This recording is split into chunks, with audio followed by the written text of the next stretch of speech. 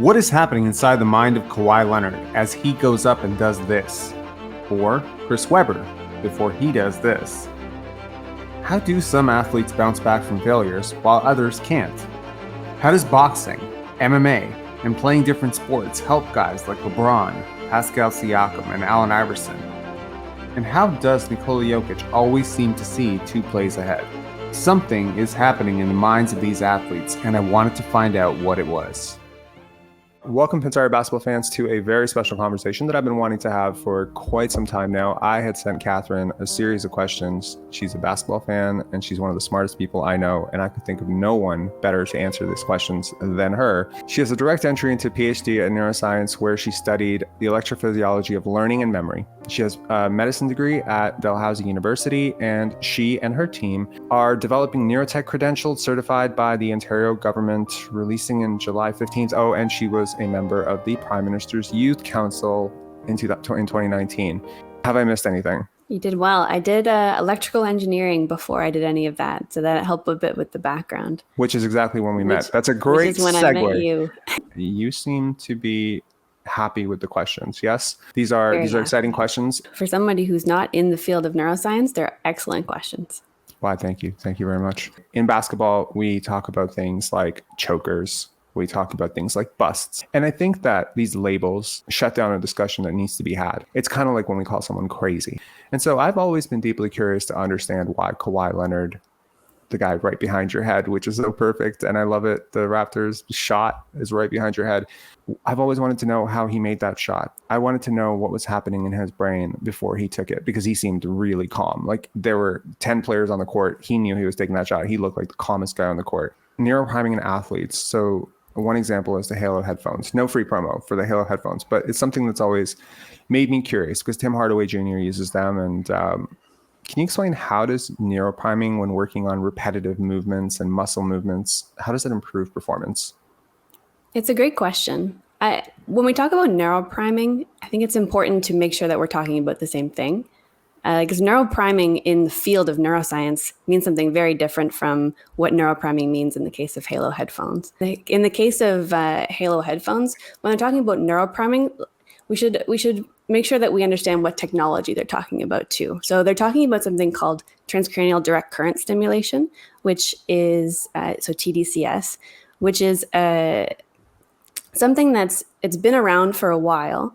It's hilariously crude. So the idea behind it is that it sends electrical impulses, so current, directly into your brain, and that's supposed to activate the underlying cortex, so the brain that's right underneath those electrodes that they pin onto parts of their onto their scalp.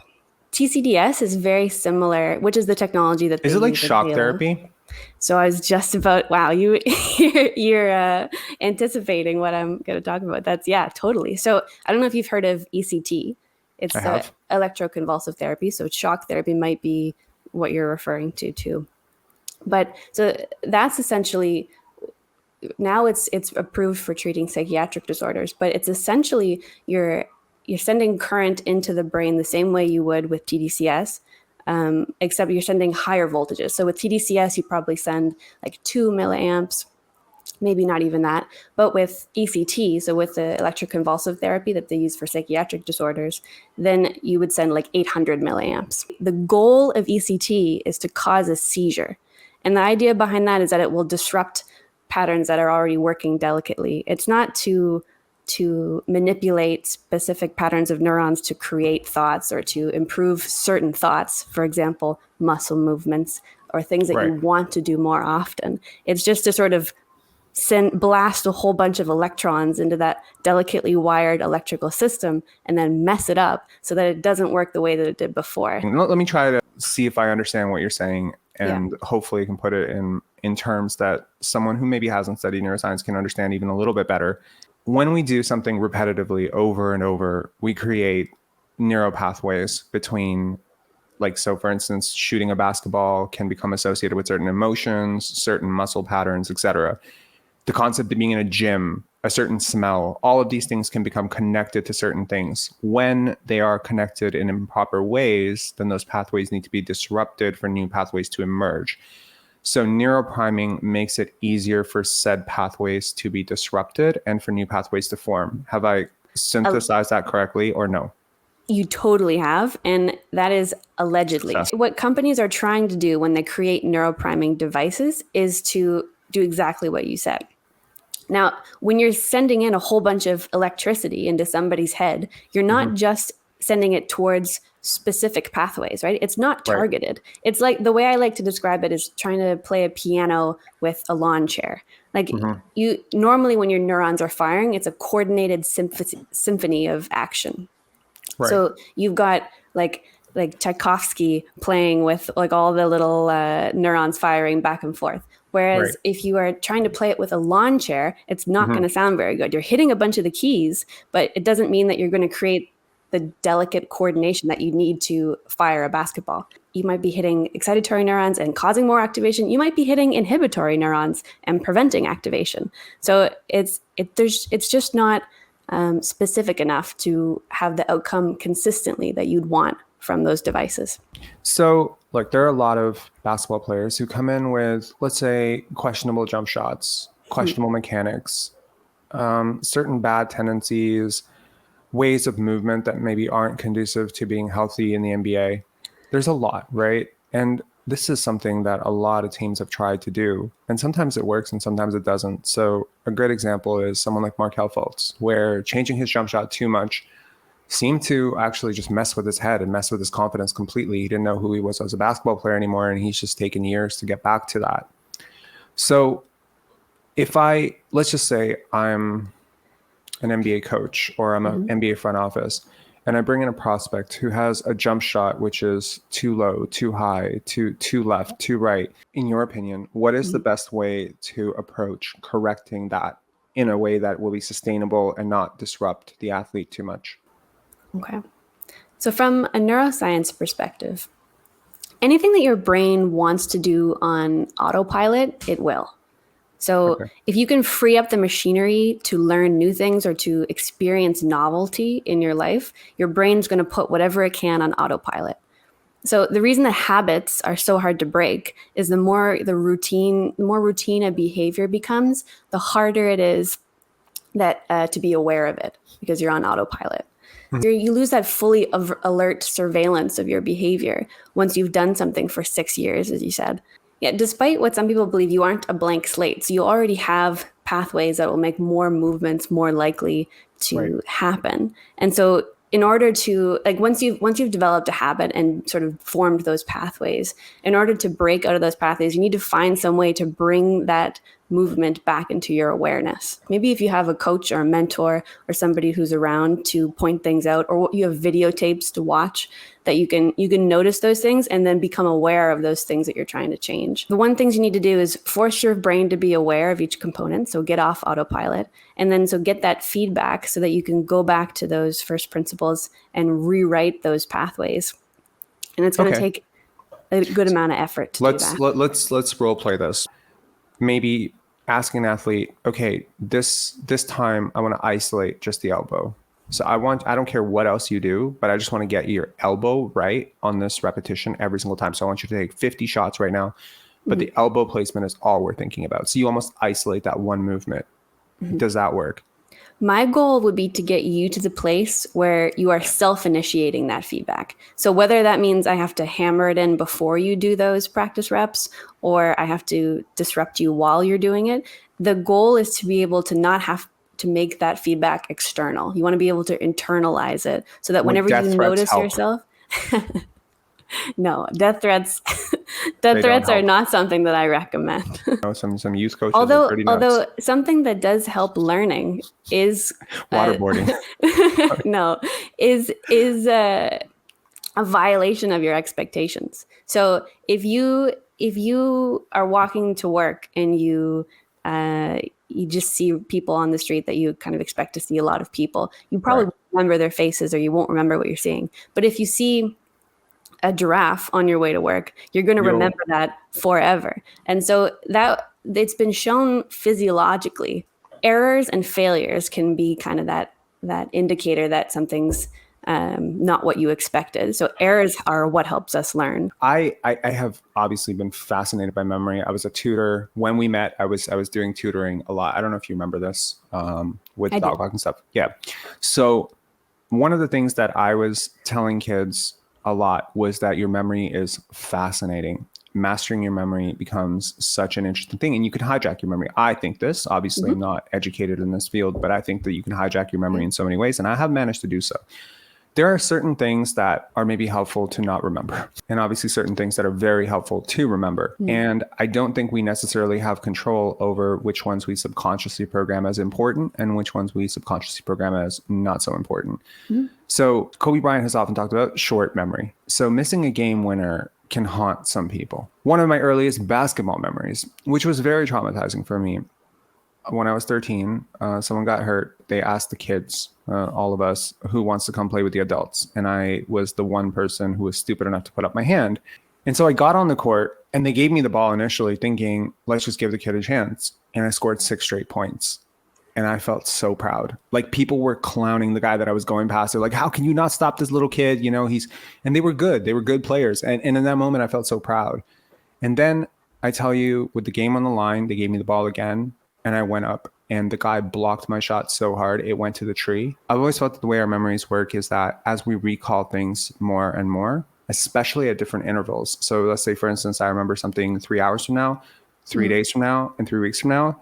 It becomes cemented, like almost like a filing system in my brain, as my brain files this as, this is very important and I need you to remember this to keep you alive. No, it's something that I love to talk about too, because I think so. There's something in the neuroscience world that we call salience, and so salience just means it's if something is salient, it has more weight on that experience in your memory. So what makes things salient? We talked already about violation of expectations. Could also be traumatic experiences are salient. It's hard to forget something that goes really wrong, or if you get up and you fail and you're embarrassed, or if something was built up really high and your expectations were really high of it and you wanted something so bad and then it goes wrong. That's going to be really memorable. Is it like going undrafted, like Fred VanVleet? That might be salient for more people than just him. So if you were coaching a young athlete and you wanted them to not develop trauma triggers and failures, and to be able to not only help them, because again, this all comes down to memory, right? If in the moment, like, you're practicing and you can't remember what you've practiced, then it's pretty useless, right? Yeah. And in the moment specifically, if you fail and you dwell on the failure, it's also useless, because ideally failures are things to learn from, not dwell on, right? So how would you approach a young athlete? Let's say you're a coach and a young athlete just misses a shot, you know, what advice would you give them? What guidance would you give them in that moment? So when I was talking about setting up expectations, say your goal is something beyond that game. So say the goal doesn't end up being every single shot. The goal may not even be that game. The goal may not even be winning a certain title within that sport. It could be, maybe your goal is to be the kind of person that people want to keep playing the game with. Being able to reframe the way that you're thinking about each moment. So each shot doesn't have to be the goal. It's part of the goal because it's something that you are working towards, but the goal could be something else. And as long as you're working towards that goal, then you don't care about each shot individually. You can shake that off and say, I'll get the next one. If my goal was to take every good shot available to me in a game, right, then I would never worry about a miss as long as I took the right shots. In a practice session or in a film session, my coach would never be criticizing my makes or misses. And this would completely eliminate any spiraling that would happen after I've missed 3 or 4 shots, because the advice would be simple: keep taking them. And I wouldn't have to be fighting something inside of me. And I know you have played basketball. You're a very tall person. You played basketball. And I think I've even seen pictures of you playing basketball. But I remember this one thing where I would watch this player, and after he missed 3 times in a row, almost always he would start adjusting his form, almost like he thought something was wrong with it. And so I think, man, are we just about to crack the Mamba mentality right now of Kobe Bryant? Because one of the things that Kobe often talked about was all those early failures not being failures. What you have just said is profound in so many ways, because he wasn't looking at those failures the way the audience was looking at those failures. Like, Right. why did he take that shot? How did he miss? How did the air ball? It's so embarrassing, because his thought process was simple. I'm going to be this type of player. I'm going to do I'm going to take the shots that this type of player would take. And so the makes and misses don't even matter. And eventually those misses turned into makes, and everyone was celebrating and kissing his ass and calling him a great player. Yeah. The other side of it, was Sorry, also the short, memory of, like, he didn't completely change himself up when things weren't going right. He stuck with it. But I think it's also because he had great guidance. So it's really implementation of the proper technique and the right ideas mixed with an ability to reframe objectives in a way that where the modus of control is internal instead of external. Yeah. Right. And the outcomes are something that is directly in your control. Right. Like that's pretty much it. So we've cracked the greatness code. That's pretty much how any NBA player will become great. And this is a lot of what I see in Scottie Barnes, to be honest. Like, everything he talks about is like this. He's just trying to be a great teammate. Exactly what he said. That's in his control. He wants to be a great teammate. He wants to be a great leader. He wants to work hard. That's it. Everything that I just mentioned is something he can control on a daily basis. He doesn't care about missing shots. And that's why, when the playoffs come around, all of that charge that players feel, sometimes it's anxiety. For some people, that charge can become like excitement.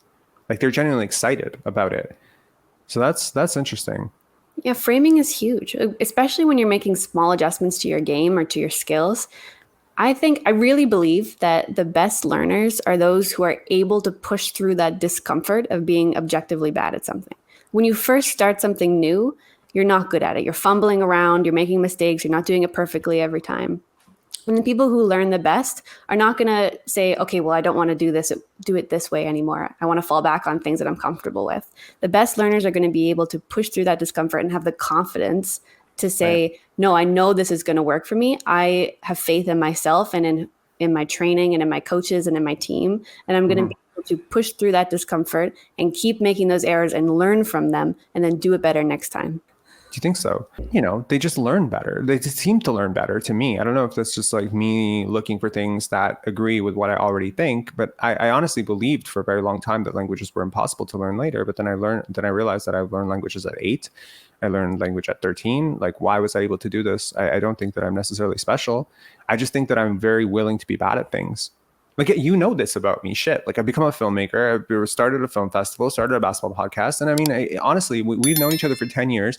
And if you had asked me 10 years ago, Rob, would you rather put a gun to your head or do a podcast where you have to talk honestly into a camera? I probably would have chosen the gun. Like, it was mortifying for me, but I'm willing to be bad at this. Again, like, it's like learning a new language. This is completely new for my brain. And I do these things actually because of you.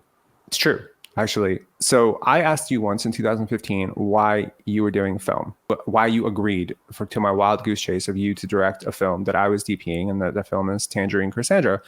And you said, sometimes I just do these random things and I have a feeling they'll connect later. Something along those lines. I remember this conversation.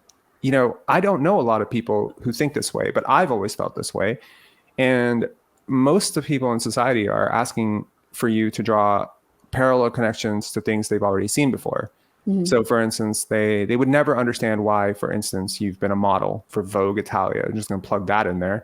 Or in a past life. I think most people try to guide people away from doing that. They're not content. Why are you playing guitar one day and piano the next day? And there's a balance. There's certain people who maybe they stop at things the minute they get hard. Right. Mm-hmm. Because beginning things are always, easy. There's completely a subconscious fallback of it's okay that I'm bad at this because I just started at it. But, 3 years into piano lessons and you still suck at piano, this becomes uncomfortable. Right. Now, I understand there's probably some consensus on the brain and how it grows and develops, and probably it being much easier to learn things when the brain is still developing as opposed to when the brain is more developed, I guess, post 26, 25, 24, whatever. I'm wondering how much of this is true. I'm wondering why it's true, if you can speak to that. And I'm also wondering what I could do if I, for instance, have an athlete who starts late, like a Pascal Siakam, starting at 16 when other people have started at 6. Mm-hmm. How do I catch him up to people who started before him? And can I expect that if other people's brains sort of stop processing information at a very high rate at 25, that his starting late, he might still process it a little bit later? So biology is never simple. You never have a cutoff age that says after this age, you're not able to learn as well. Sure. Maybe on average, you'll have more people that are able to have an advantage if they start at a younger age. But when you look at an individual, you can't say anything about that one individual being able to learn something, because people will pick things up later in life and be the best in the world at it. But there are advantages from a neuroscience perspective from starting early. And there's something called sensitive periods. During development, your brain does have these critical periods where there's a lot of growth. And so it is beneficial if you're learning certain skills like language or other abilities. You have a big capacity for developing new connections and new pathways and forming the way that your brain is going to, like motor abilities, for example. So if you have a kid that's in a sport, if they're practicing certain movements, your brain is going to develop those patterns more. It's just if you start earlier, you have longer to develop those patterns. You have sensitive periods that you're going to have lots of growth, and you're going to develop your motor systems in that period. There's also something called synaptic pruning. So you have a lot of connectivity when you're young. When you're little, you have so many more connections in your brain than you do when you're an adult. And that's because your brain is trying to be efficient. So it's trying to take those patterns that you use more often and make them more robust, and then take things that you don't use as often and then prune those. So the connections between your brain cells, called neurons, those ones will as you get older, there'll be fewer of them. So you will have one, that sensitive period when you're younger. 2, you have synaptic pruning as you get older, which also means you have less neuroplasticity. So that word neuroplasticity, just being able to form those new connections and create those adaptations or changes in response to your environment and to that conscious effort that you put into things. And then the last thing is just like a physical thing. It's called myelination. So you have a substance that performs a protective sheath around your brain cells that lets signals travel faster. And so you have more of that when you're younger than when you're older. And that just enhances information conductivity. So if you're trying to learn, it's helpful to have more myelination. Now, even though the younger brain does have those advantages, the adult brain can still learn, obviously. And you still have the ability to grow new neurons and to have neuroplasticity. And there's a lot of things that you can do to ensure that you have the best chance in keeping your brain healthy enough to be able to do that. Right. I think a lot of people think that brain training or like those memory games that you get on your phone is how they're going to improve their short-term memory. Exercise is probably the best thing you can do in order to grow new neurons and improve your neuroplasticity and neuroprotection. So if you when you move your bones, so like high impact exercise, so either lifting weights or if you do some, like, not necessarily aerobics, but so your bones are going to release a hormone upon that impact called osteocalcin. And that osteocalcin, that hormone, is going to accumulate in something that you mentioned, the hippocampus. So there's a part of the hippocampus called the dentate gyrus, which is really important for memory. And this is a lot of like physiology jargon. But the point is that you get that hormone accumulating in the part of your brain that's involved in memory. There's this thing that I've witnessed a lot of my favorite players. They do MMA, they do boxing, they do tennis, they do golf, right? Mm-hmm. Steve Nash famously dribbled a tennis ball around. I think he's one of the greatest passers of all time. There are athletes who not only were playing two sports, but rather excelled at two sports. Michael Jordan comes to mind. Danny Ainge comes to mind. So many of these athletes could have not only been professional basketball players, they literally made a choice to be professional basketball players instead of professionals in something else. I can't help but watch Pascal Siakam and Christian Koloko move around the court as these very large players and not see the soccer emerging in all of their footsteps and movement. Again, there's just a bit of a stigma around two-sport athletes sometimes where they couldn't pick a sport. You know, they didn't really love basketball enough to just focus on basketball. They were kind of focusing on two things. Where let's say you have a young athlete in your life, like let's say one day you have a kid or something and they're really, really good at, I don't know, basketball and soccer, and you're or taking them basketball to and volleyball like their mom. Hakeem Olajuwon was a great volleyball player. My God, like there's so many parallels. Like I can't even think of a great athlete who wasn't good at another sport. Let's just say they're doing both. They're doing 3 hours of one, 3 hours of the other, and they're doing extracurriculars. So they're just like their mom. Tell them at some point, like, hey, if you're serious about basketball, you got to be 6 hours into basketball, or do you let them keep doing the 3 hour thing and thinking that there's going to be some sort of benefit down the line that you can't really map out yet? Obviously, you want to let them play as many sports as possible for as long as possible, because there are benefits to developing in multiple areas and developing in a well-rounded way. But you do need early specialization if you're going to be starting early at a competitive level too. So I understand that's important too. There's a lot of benefits of playing multiple sports. One of them, there's something called motor transfer. So if you engage in a different variety of motor patterns and motor skills and sensory experiences, that kind of training will help you develop not only coordination, you're going to be able to adapt to different movement demands. That'll give you an advantage overall as a player, regardless of what sport you're playing. If you play multiple sports, you're going to have reduced overuse injury. So if you specialize at a single sport, you're going to be having repetitive movements that have high impact or high usage on a certain joints. Maybe it's your knees, maybe it's your elbows. You'll have more longevity as a player. Primarily, this was going to be a neuroscience talk, but this also could get into the physical talk, because some of the stuff you're describing to me goes into the concept of athleticism. And this question is not something that we've discussed, and feel free to just say, shut up, Rob, I don't want to answer this question, or I don't want to, that I can't. But no, let's hear it. We have a certain concept of athleticism, right? And we gauge athletes on athleticism at the draft combine every single year. We test their vertical jump, we test their lane agility, we test their wind sprints, and we test shooting drills and all sorts of stuff. I don't think that we test hand-eye coordination very well. I don't think we test balance very well. I don't think that we do. Kevin Durant is the most famous example that I can think of. A player with 7'5" or 7'6" wingspan. He's a big boy. Incredibly huge, right? 6'11", 6'10", coming out of Texas, soaking wet. He was like 210 pounds.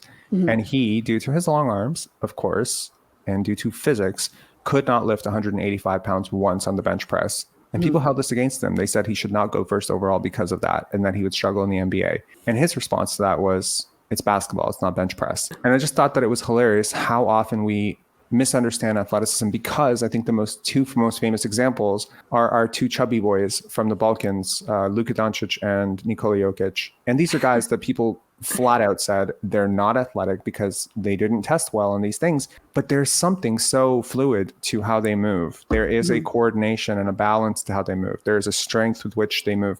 And I think people have the same misconception about Scottie. I mean, granted, he's much more athletic than those guys, but he doesn't look like we expect athletic guys to look. He's not bursty, he's not whatever. But so I'm wondering if you can talk to, number one, how our concepts are related to our measurements. And number two, how can we improve it? Good question. There's so many unmeasured variables. I mean, we haven't even talked about things like problem solving, decision making, cognitive processes that are really beneficial for sports. If someone's able to see the court and make quick decisions, that's going to be hugely beneficial. And it doesn't show up on their body. And being able to participate in multiple sports definitely helps that, because you're being able to vary your experiences and bring more to that game. You're talking about mental processes that we don't even try to measure often. If you have multiple sports, if you have more in your life than just the one thing that you're focused on, you're not going to burn out as quickly. Say you had a bad game, you had a bad couple games. If that's your whole world, that's going to be devastating and cause burnout and be really hard to push through. True in life in general, like whatever you're pursuing, you can't make it your whole life, especially if it's hard. Like you should do hard things, and that I think it's important to do hard things in your life. But if you're doing something that's hard, it's probably going to work out like 30% of the time. And so all the times that it's not working out, you're just going to be sad. You've got to have other things to be able to lean on, so that when something's going wrong, your whole life isn't going wrong. It is good to diversify your experiences. They say that they're not obsessed with basketball. It's not the most important thing. These people spend so much time playing basketball, though, right? That's a relative comment. That But so they obviously devote a large portion of their life to basketball. But the fact that they are able to say, no, there's things that are more important, or there's other things, that's probably been huge in their training. So when they were first starting to be at that high level of basketball, they weren't devastated whenever something went wrong and then threw in the towel and quit. They were saying they probably stuck with it at that point because they were so focused on something else that wasn't the shot or the game right in front of them. Well, I wonder if there's a way to not only do the requisite work, right, that is required to become a professional athlete, because obviously the hours are the repetitions, the muscle, the training, all of this is very, very crucial. My read on this is, having been around a lot of professional athletes, that a lot of them derive the motivation to carry out their basic tasks through amping themselves up about how much they care about the game, as opposed to saying, this is my job. I owe 5 hours to my job every day. And when I'm done with that, it's over. Treating it that way actually may alleviate some of the anxiety that people feel. You know, you just devote yourself to something that's completely within your control without all the anxiety. But I think that a lot of people genuinely are like, basketball is my whole life. And that's how they motivate themselves to even do the work required to become good at basketball. So I think at an early age, if we can get away from passion and move more towards duty, we might actually help young athletes. Is that fair? And isn't that awesome that both of those approaches can result in success? You can have somebody who's able to handle that stress and who devotes their entire every minute to basketball, and who's, you know, that's where their confidence lies. And then you can also have people that are, you know, well-rounded and focused on other things and not emotionally going on the roller coaster of wins and losses, and they're still successful. Right. But that gentleman behind you staring down at your head through this entire conversation, Kawhi Leonard, and our aforementioned, you know, chubby giant from my home country of Serbia, and Nikola Jokic, these two players happen to be the only players in NBA history who have career averages in the playoffs of 50, 40, 80. Now, I don't think the playoffs are that different from the regular season, but go try to explain that to other players. Oh, it's totally different. It's a totally different game, man. It's completely different. It's not. It's still basketball. And I think that a lot of people approach it with this concept of it's totally different. The intensity is different, sure. But for a player like a Kobe Bryant or a Michael Jordan, or, you know, the difference was a good thing. It's more on the line. That's a good thing. I just find it hilarious that these two, Nikola Jokic and Kawhi Leonard, are probably two of the most offbeat, strange people. Offbeat's a great word. Right. And I mean, Kawhi's quirky. He got clowned mercilessly for it with his ha ha ha. His entire life, I mean, there's so much trauma in his life. His father, Mark Leonard, was murdered at a car wash. With Nikola Jokic, it's not quite that. You know, these two have approached it. If they met in a club, they would be like the most dissimilar people. But they're so united in this sort of stoic approach to basketball, and it's not forced. It's life beyond basketball, thinking beyond basketball. You can become good at basketball. I don't know if you can become great at basketball due to all the stuff that you talked about, the problem solving, all that stuff. And then I think a really famous example of this is Chris Webber.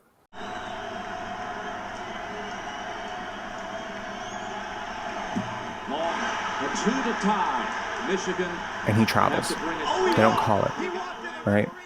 And then he dribbles to the side of the court, towards the baseline, and you're never supposed to do that, especially when you're not the most elite ball handler. He picks up the ball, he calls timeout, and they don't have a timeout, and they get a technical foul, and they lose the championship. So many things happened in his brain in those 10 seconds, and this moment became him. There's so many examples of this in modern NBA history, like, you know, Ben Simmons refusing to take that shot because he was afraid of getting fouled. There's so many instances where Andres Biedrins, a really good player in the you know, mid 2000s, who just forgot how to shoot.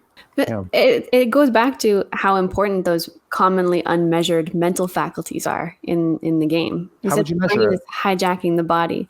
It's such a high level process that you can't measure with the current state of neuroscience right now. You can't measure all the processes that are contributing to that one behavior, that one action, or the one outcome. And it's also, it's hard to talk about because each individual is going to have a different set of things that lead to their behaviors. It's so complex. Right. But you can look at things that are sort of baseline. Like we all start with a certain baseline of arousal and attention. If you're in high stakes scenarios like playoffs, there's going to be some people that are more emotionally regulated than others. And there is a component to that you're born with. Physiologically, you're going to have different responses to your environment. And so if there's going to be some people that will have more emotional regulation and are going to be able to handle high stress situations like playoffs better than others, there's a whole bunch of different reframing things you can do to be able to not be as affected by your environment as some people are. And there's some things that are definitely cognitive, like your flexibility and your adaptability in those high stakes situations. If you have somebody who's just naturally able to adapt to those situations, they're going to be able to make quick decisions, and even when they're under pressure. Do you think trauma plays a role in this? Early childhood trauma, being abused, being abandoned, like it does in a lot of other things? Fight or flight. What do you mean plays a role in this? If I knew that a child or a prospect, like let's just put me in the GM chair and I'm evaluating a kid and I bring you his profile and I say, listen, he has a lot of childhood abuse in his past, or he was in and out of foster care. The example that comes to mind is Jimmy Butler, right? Yep. Everything that he's gone through, his mother throwing him out of the house and stuff. That's a lot of trauma. And I can tell you, as someone who suffered a lot of trauma as a young kid, that for sure, like this impacts how you deal with people. This impacts your personality. Can this be a massive red flag? Because a lot of NBA athletes do come from very traumatic upbringings. Can this be a red flag for not only how that person will fit in team sports, potentially how that person will deal with adversity, how that person will deal with temptations, how that person will deal with conflicts on the court, off the court, how that person will deal with high stress situations like a basketball game? These things do get looped together in some way, right? In the brain. So I'm just curious, like if I were to bring that to you and just say, this is the horror show that was their childhood, should I maybe stay away from this prospect? Or are there extenuating circumstances that maybe make it a non-factor or less of a factor? So I'll be the first person to say that you're not stuck with the brain that you were born with. You're going to be dealt a certain hand of cards that you can't control. And there's going to be different baselines and different environments that people grow up in. And you make a lot of choices that will affect how you use those strengths that you get from that trauma and how you voluntarily take on the challenges that you're going to face that are going to be maybe more than other people. And you don't necessarily develop resilience just from coming up against those challenges. Yes, you may have people that are at high levels of success that have had a lot of trauma in their life. But why are there a lot of people who've had a lot of trauma as well and that don't progress to that high level of success? I know someone who was in prison for a 10-year sentence. And he told me that did an informal survey. And he said 80% of the people in here have severe childhood trauma or abandonment issues, childhood abuse, neglect, violence, etc., unsafe environments, grew up in I grew up around a lot of those people. I'm not sure about you, but I grew up around a lot of those people. So I can definitely attest to the fact that maybe the examples that we make, like Jimmy Butler, he was homeless. But I think that if you did a balanced, look at most people who are successful in the world, I think you would find that trauma negatively impacts, right? Of course. Yes. So don't beat your kids in order to make them successful. When I think of all the people who think that humiliating a child is a good idea because it'll reinforce something, typically it was presented to me as, this is for your betterment. You'll be more disciplined. You'll be more successful if you do this, which is the most confusing lesson to hear, because obviously it does not feel good when it's happening to you. And then you have somebody telling you that it's actually a very good thing for you to actually do this because you're being an undisciplined brat. That kind of trauma is also a lot more likely to cause something called learned helplessness. If you want to improve your strength and to get better at things and to be stronger, you take on hard things voluntarily. You go out as an individual and you take on hard things voluntarily. Right. If things are happening to you and you can't escape and they're just continually happening to you and they're traumatic, usually the response is not growth of resilience. Usually the response is you learn to protect yourself either through disassociation or through other coping mechanisms that could be maladaptive later in your life. No, this is very interesting what you're saying, because, we have a way of analysis that I think is highly flawed in the NBA. As analysts, even like myself or people on ESPN or whatever, we talk about players who don't make it, players who couldn't hack it, players who weren't tough enough, players who blah, blah, blah, blah, blah. Yeah. And what we don't understand is how their brains sort of have set themselves up. If I put something hard on you, right? Like right now, I put something on you that you cannot handle. Yeah. There's really three things that you can do. Number one, you can ask me to stop, right? Which would be a healthy response. You'd be like, Rob, this is too far. I don't want this. That's a boundary. And learning to set those is great, right? Number two, you can ask for help. Number three, you don't really have a number three. There's two options, because if you legitimately pretend cannot it's not do it, going on, and bingo. And that disassociation is, I think, what a lot of us don't understand about these NBA athletes, because when they become so overloaded with the pressure, and people have no idea what professional athletes go through, but having talked to a few of them, there's people constantly hitting you up. There's people who are reliant on you. You're the one person who made it. They need this, they need that. That's a lot of pressure. Now your coaches would demand this of you. That's a lot of pressure. You have ad companies, your agent. That's a lot of pressure. All of this pressure then creates a desire for numbness. And you can create numbness through a bunch of ways. You can go to addiction. And I think we completely misunderstand addiction. You can go to disassociation. You can literally pretend it's not happening. You can go to any addiction. Honestly, it doesn't have to be drugs. But the way that we present said athlete caught with cocaine, drugs, etc., said alcohol, said guy caught at a bar, strip club, drinking, it's to immediately vilify, never scrutinize, never understand, never even wonder if that person literally was designed to do exactly the behavior that they did. They had no other choice, right? In a way. And so we call the behavior bad, right? Somebody commits a crime, someone breaks curfew, someone yells at a coach. We call it bad. I've always looked at addictions as your brain's, it's problem solving, right? Because if I drink, right, or if I smoke weed, or if I, do something that's against team policy, or even if I skip practice, that's not actually the bad thing. That's not the problem. The problem for me, my brain, is the practice. The problem is the media engagement. The problem is my coach coming down on me. The solution is the drinking, the smoking, the skipping of the team. So it's just, I have not quite learned how to solve problems, which goes right back to how much we need to test for problem solving. Does that tie it all together really well? I think it does. Like with addiction, a huge predictor of addiction is whether you have those supports in place that allow you to have an outlet or a community or something that's important to you that's beyond the thing that you have become addicted to. Beyond as in more important than the thing you've become addicted to, or beyond as in a different realm of reality? Like it's like how do you mean beyond? Okay, cool. Yeah. So like family support? Could be family support, church? could be church, could be an environment that's just, something that's meaningful to you. Could be work that you do that you go, it doesn't have to be, something that's helping you. It could be something that you go to and you're like, this is important. This is meaningful. I go and I am helping to build this school so these kids can get an education, and that feels meaningful to me. And you know what I mean? It doesn't have to be, it has to be something that drives you. It doesn't, and that you feel like is more important to be able to step outside that environment where that addiction lives. I have a question for you. And this might be unorthodox, but I know you know a lot about basketball. Sure. Do you think athletes are supposed to be role models? The Charles Barkley question. Do you remember this? No. Athletes are not role models. He did an entire commercial about it. It's a really good question.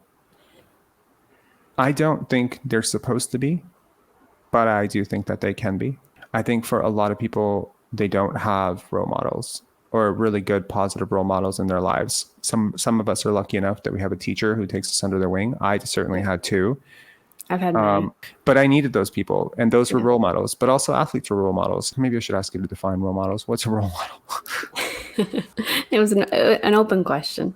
Anytime you have a platform that's that big and you're going to be touching a lot of people, I'm sure they feel some responsibility sometimes, which obviously adds extra pressure. There you go. That's a good question. I think they should. Yes, they worked so hard to get to where they are. And yes, their job is to be an athlete and to be a basketball player.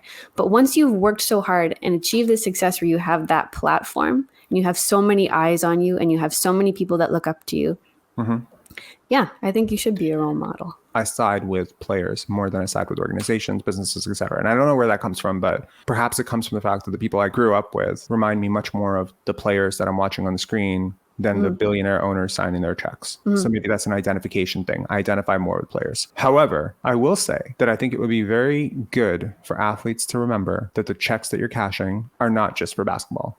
Because if you were just playing basketball, there's no way in hell you make $35 million a year. It's a lot of other stuff too. It is the community engagement. You can consider part of your check to be a good teammate. You can consider part of your check to be a good leader. You can consider part of your check to do, to be an ambassador for your team, for your city, to go out and talk well about, because that's really what you're being paid to do. I'm not a role model. Parents should be role models.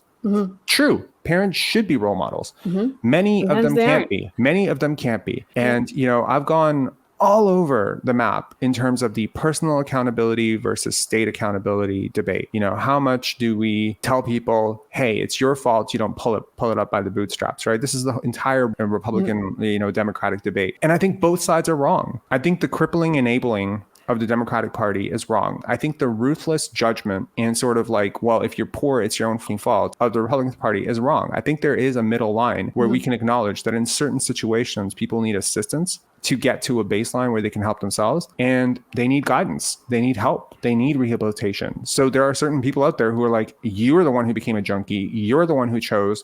They vilify anything that doesn't go from the norm. And this brings me right back to like public education and education in general. We are not training people to be smart. We don't want people to be smart. We don't want people to be critical thinkers. We want people to be undisruptive cogs in a machine that runs in a certain way. You would think we don't want to teach people how to manage their money.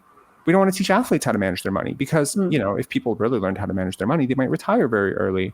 Or they may not consume as much mindless garbage. We don't want to teach people about minimalism because we need consumerism to perpetuate and flood the economy. There's so many things that, don't benefit the individual, benefit the society as a whole. Consumerism does not benefit the planet in any way. If we could teach people to consume less, the world would be a better place easily. But the economy would grind to a halt if people didn't need shit. There's so much to this, right? I mean, this conversation is so broad, and I think it's gone off the rails completely.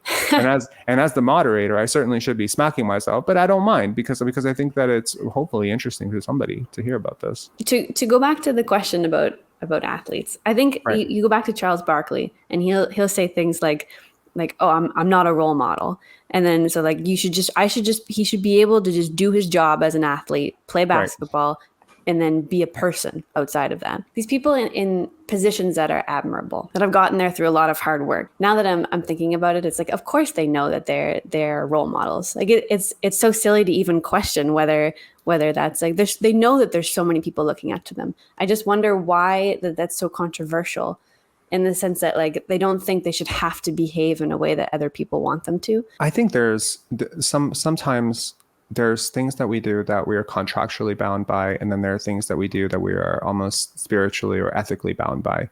There's a law governing that I can't spit in your face. There's a law governing that I can't hit you. But there's no law governing that I can't roll my eyes every time you speak. That's just a social contract of being a nice person. So just like, with an NBA athlete, there's no law suggesting that you have to sign an autograph when someone comes up to you and asks you for one. There's no law governing that you have to be somewhat, tacitly polite with someone when they interrupt your meal. And some people are obnoxious, and, there's a part of me that's just like, maybe you have it coming to you to be yelled at by this athlete. Yes, you're allowed to have bad days. Yes, I'm not someone who has a right to tell you when that bad day is supposed to be. And I think, I'll go back to something my music teacher used to say to me. I'll respect your bad days if you respect mine.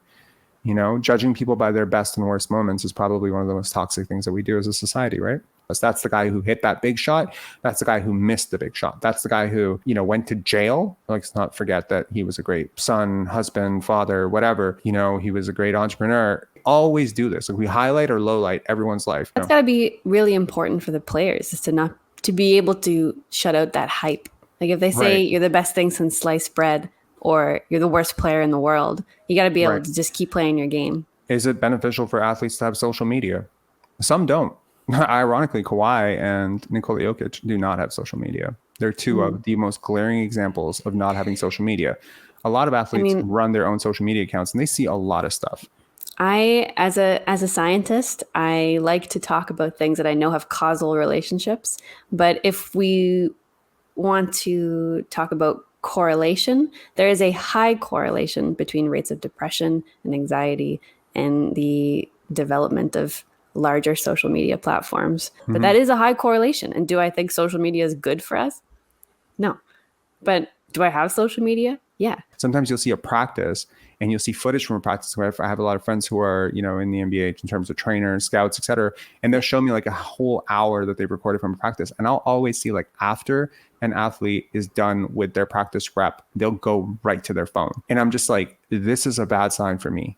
And one of the ironic things was when I talked to his trainer in I think December, January, when he was turning around his season, he said he was sleeping a lot more. A lot of us develop really bad sleep habits, and we tend to continue them even when we're paid millions of dollars. But I think people have to take their sleep seriously if they're going to be professional athletes. Oh, and all of those cognitive abilities that we talked about, problem solving, decision making, adaptability, anything to do with your brain, you don't need a neuroscientist to tell you how important sleep is. Nikola Jokic was very experimental as a child.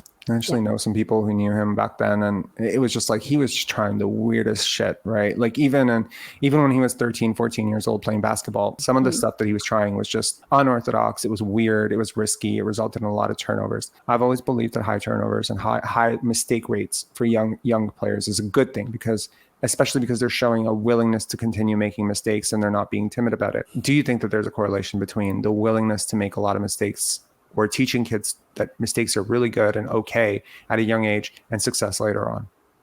Yes.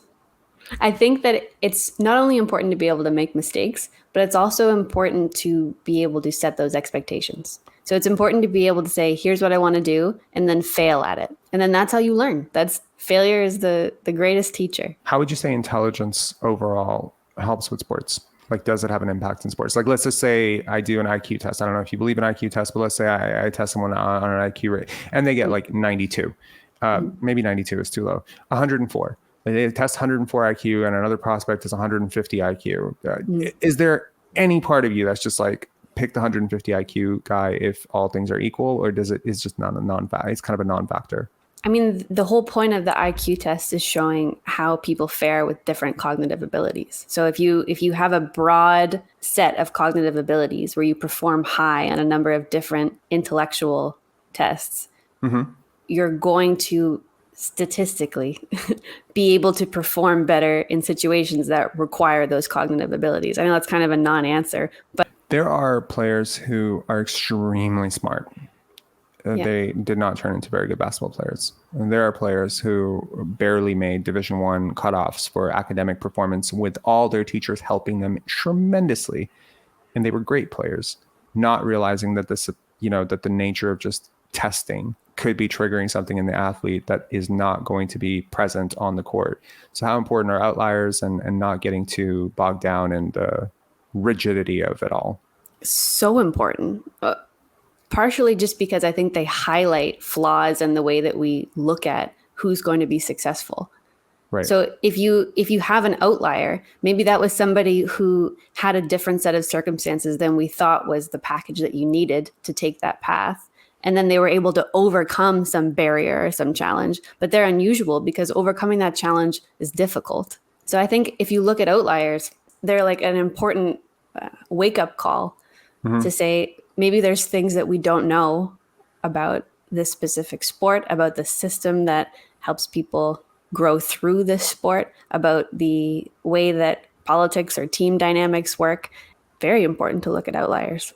My final question is really trying to understand the mind of my favorite player, Scottie, and another one of my favorite players, Nikola Jokic.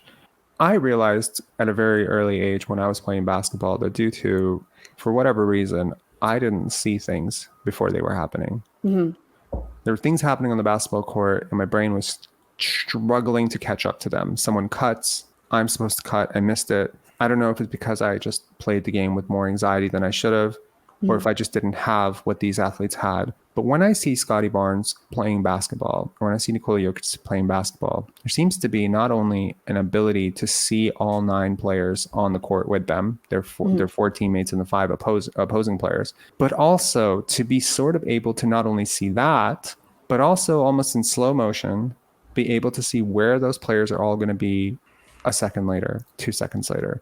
Kobe's described this as slowing down. The game slows down. You start seeing in slow motion. Obviously, if I could slow down time, then a person's momentum, like even the body language of starting to cut in one direction, is going to lead me into, in 2 seconds, they will be there. And in 2 seconds, this person will be there. Due to how fast this game is played, and if you've watched it up close, courtside or whatever, it's so fast. These guys are so big, so strong, so fast. Something an inch off, that pass is going out of bounds. An inch off, that defender is swiping it. So to be able to not only hang and to be able to keep up, but to be ahead of that play, how do you explain that sensation? There's a few things that you talked about that I want to talk about. I'm going to try and put a pin in a couple of them. One of them is just time perception, because that's I think people don't realize that time perception is a function of the structure of your brain. So if you are perceiving something to be faster or slower, that's related to the way that your brain is structured. And so if you are performing in a setting that you've been in a number of times, you're going to be able to anticipate things. And that's going to make them seem like they're not happening as quickly as they did before. But there's also, like, in those scenarios where you're talking about, like, even faster scenarios where you're not necessarily going to be able to anticipate what's going on. You have things that are going on unconsciously, like reflexes, that are going to be so much faster than if you had made the conscious decision to do something. So your pattern recognition is not necessarily going to be something that you're saying, this is a pattern, I'm going to go and do this now. That becomes a reflex. As we talked about earlier, your brain wants to automate whatever it can automate. Right. And so as soon as you're going to be able to recognize patterns and then have that reflex, you're going to be so much faster than if you are deliberatively going through each movement and making choices deliberatively. Okay. So, like, to sum it up, I would be wise to practice like I play. So, like, I practice at game speed.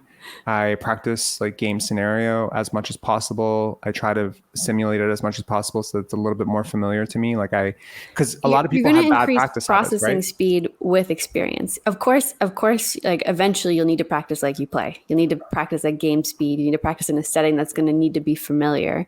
As much familiarity as you can have around that can help activate those patterns that are going to be reflexive and responsive quickly.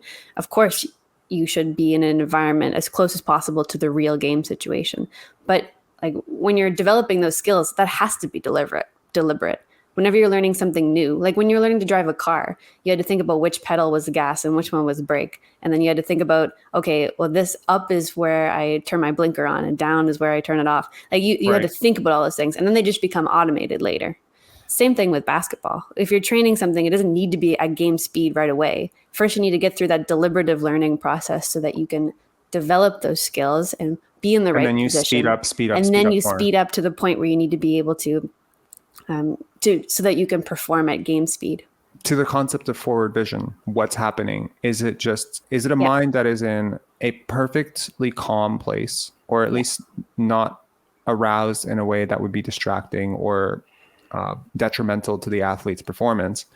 So a sort of calmness about them, and the memory and recollection of having seen this exact pattern and this exact situation play out. Because I compare it a lot to chess, right? Mm-hmm.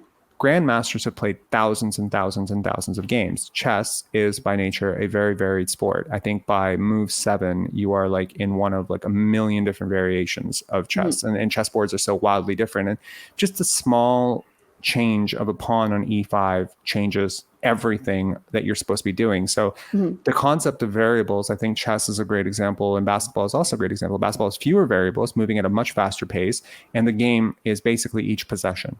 Like, the full basketball game is one possession offense, one possession defense. That's a game of chess, a game of chess, a game of chess, a game of chess.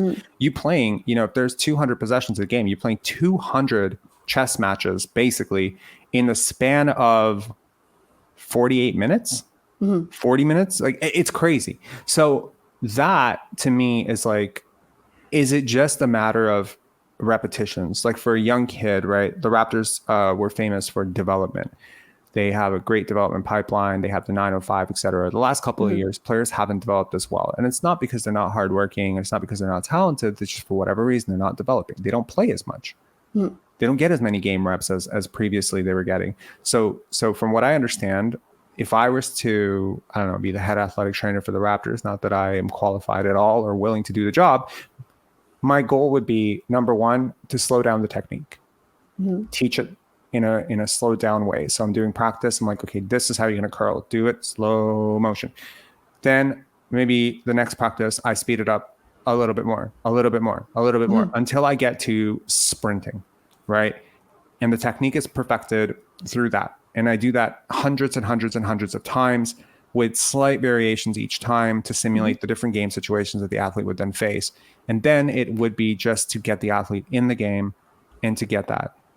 But all of that being said, how is it that Scottie Barnes and Nikola Jokic are able to do this so much better than guys who are 10, 12 years older and by nature way more experienced than them? Is there something special about their brains? You're not just talking about vision of the court. Like you talked about some people can just see the whole court. Anticipatory. So, it's not just what's happening with that anticipation? Vision. Like when I talk about being able to predict what's going to happen, I'm not talking about conscious prediction. I'm not saying that Jokic is standing there saying like, I think this is what's going to happen next. Every moment you have sort of a model of your reality in that game. So you think your brain has an idea of how that game is going to go or where something's going to go, and then every moment you're comparing that with your perception, and it's unconscious. So in order to be able to make to slow down time and to figure out what your next move is going to be and to make that comparison, you need to be able to say, what are the differences between my expectation, what I think will happen in this next moment, and what I perceive. So the things that you pick up on. So having that wide view of the court, or being able to notice, be really sensitive to different movements or different, where the ball is going or where you are. Those things will contribute to your ability to not just understand where the mismatches are between your expectation and what you perceived, but also be able to take that information and act on it quickly. So do they have something different going on in their brain as everybody else? Or is it just that process for them is so natural or faster than other people who have the same underlying processes going on, where they're trying to interpret what is anticipated and what's actually going on? It's hard for me to see somebody do this at 16 years old when I know they haven't had the reps and the training, etc. Is it possible that just like with anything else, like people who pick up languages in a week as opposed to people who pick up languages in a year, that there's like a certain gifted element to it? Maybe these questions, so with any sort of these questions, it's always going to be both. It's always going to be both. Whenever you have a question of, is it nature or nurture? It's just back to that original question. Maybe some people have a baseline where they have enhanced motor skills, enhanced attentional abilities. They have really quick ability to anticipate the next move and adapt to whatever they perceived. Maybe that's something that they've been able to hone through the environment that they developed in.